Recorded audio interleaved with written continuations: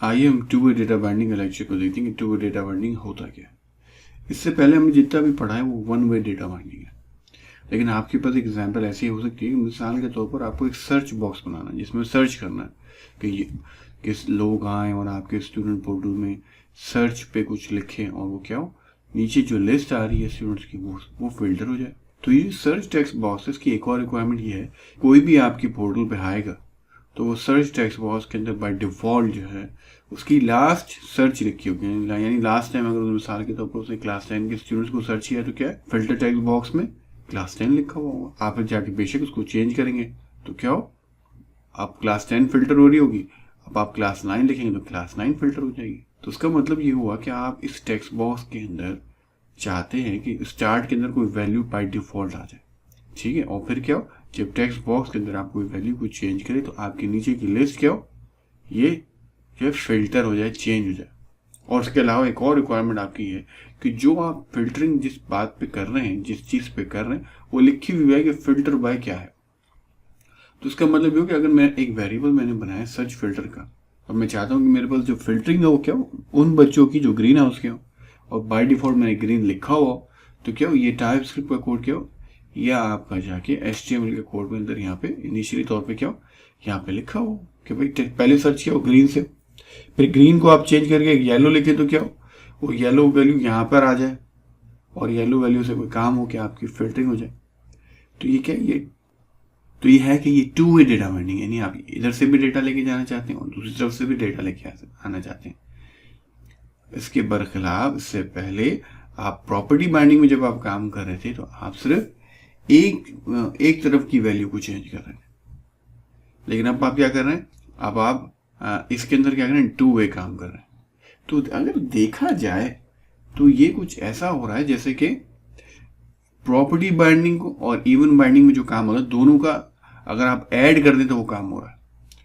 वो कैसे कि प्रॉपर्टी बाइंडिंग में क्या होता था, आपके HTML पेज पे चेंज आता था, आप वो वैल्यू को चेंज करते थे, और इवन बाइंडिंग से क्या करते थे आप आपके बटन जब क्लिक होता था तो पीछे बैक एंड पे TS फाइल के ऊपर आप चले आते थे, वहां पे जाके वो चेंज को बताते थे। तो ये टू वे बाइंडिंग था। यानी पहला क्या वाला प्रॉपर्टी बाइंडिंग क्या था कि व्यू से आपके व्यू पे आता था चेंज, और इवन बाइंडिंग में क्या था, आपका HTML पेज से पीछे जाता था। तो ये टू वे बाइंडिंग है, ये दोनों का क्या है, ये दोनों का मिलाप है, यानी इसमें दोनों चीजें होती हैं। किस तरीके से होती हैं, वो हमारे NG मॉडल से होती है, ठीक है। NG मॉडल के लिए जरूरी है कि फॉर्म मॉड्यूल इंपोर्ट हो। आइए इसको हम देखते हैं तो बात हमारी ज्यादा समझ में आएगी। हम अपने एग्जाम्पल में चले जाते हैं और यहाँ पे हम क्या करते हैं, हम यहाँ पे अपनी HTML पेज को खोल लेते हैं। सबसे पहला काम क्या करते हैं, हम यहाँ पे पहले हम क्या स्क्वायर ब्रैकेट लगाएंगे जो शो करता है इवन बाइंडिंग को, फिर हम क्या करते हैं सिंगल ब्रैकेट लगाएंगे जो शो करता है प्रॉपर्टी बाइंडिंग को। ये तो टू वे बाइंडिंग है, तो इसलिए हमने क्या है, हमने दोनों सिंबल्स को यहाँ लिख दिया। फिर हम बीच में क्या लिखेंगे, हम लिखेंगे NG मॉडल, और यहाँ पे हम क्या स्पेसिफाई करेंगे, हम उस वेरिएबल को स्पेसिफाई करेंगे जिस वेरिएबल की वैल्यू में हम चाहते हैं कि ये क्या हो, इससे जुड़ जाए, इस टेक्स्ट बॉक्स से वैल्यू जुड़ जाए। जो वेरिएबल में वैल्यू टेक्स्ट बॉक्स में आ जाए, अगर टेक्स्ट बॉक्स में वैल्यू को चेंज करूँ तो वो वेरिएबल में चेंज हो जाए।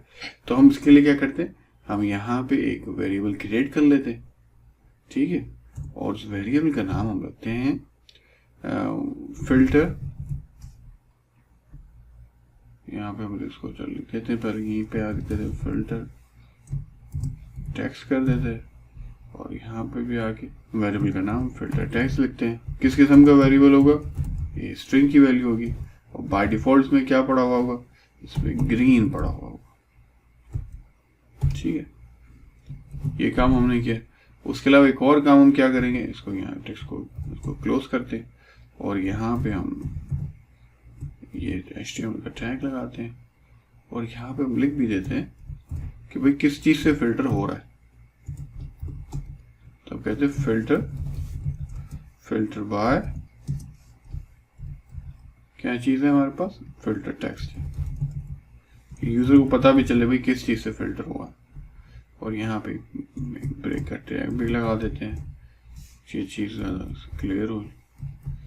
उसको सेव करते, पीछे आके हम उसकी आउटपुट देखते हैं, और आउटपुट जाके देखते हैं तो क्या इसमें एरर आ रहा है, can't bind to NG module since it's not a known property of input. यानी भी हुआ क्या है, हुआ ये है कि जब एंगुलर का प्रोग्राम चला है और से जब इस एनजी मॉडल को जाके देखा तो वो कह रहा है यार ये तो एनजी मॉडल मेरे समझ में नहीं आ रहा। वो शायद समझ रहा है कि इनपुट का कोई प्रॉपर्टी है, मगर एक्चुअली ऐसा है नहीं। तो एनजी मॉडल की फंक्शनैलिटी अगर हमें चाहिए तो हमको क्या चीज़ इंपोर्ट करनी पड़ेगी। जिस तरह कोई लाइब्रेरी के अंदर कोई चीज़ हमें इस्तेमाल करनी होती है तो हमें क्या उस लाइब्रेरी को अपने प्रोग्राम के अंदर इंपोर्ट करना पड़ता है। तो इसी तरीके से एनजी मॉडल जो है वो फॉर्म्स मॉड्यूल का पार्ट है। तो हमको क्या करना पड़ेगा, फॉर्म्स मॉड्यूल को अपने प्रोग्राम में इंपोर्ट करना पड़ेगा।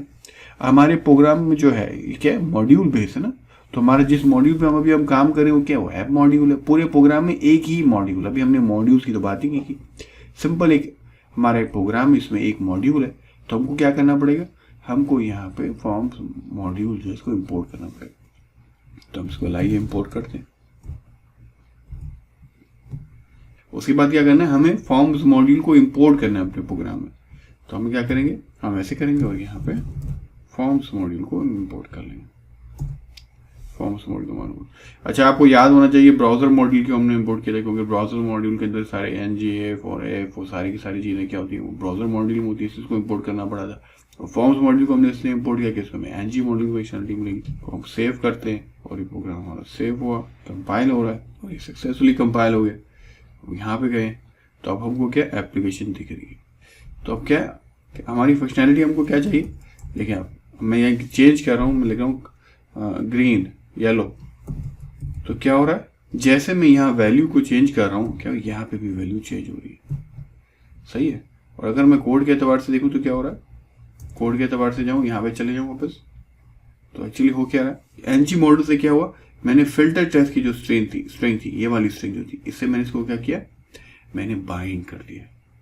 यानी अब जो चेंज आएगा वो क्या हुआ, वो इसके अंदर जाके चला जाएगा, इसका कोई चेंज होगा वो इसमें चला जाएगा। यानी दोनों एक दूसरे से जुड़ गए हैं, दोनों तरीके से ना एक दूसरे से जुड़ गए। कोई चेंज दोनों तरफ से आएगा वो एक दूसरे को रिफ्लेक्ट कर देगा। और इसको प्रूफ करने के लिए मैंने क्या किया, इसको मैंने यहाँ पे प्रिंट करा लिया फिल्टर टेक्स्ट से। तो मैं जो भी टेक्स्ट बॉक्स अंदर चेंज कर रहा हूँ क्या हो रहा है, मेरे फिल्टर टेक्स्ट में चेंज हो रहा है। तो इस पूरे काम को हम क्या कहते हैं, इसको टू वे बाइंडिंग कहते हैं।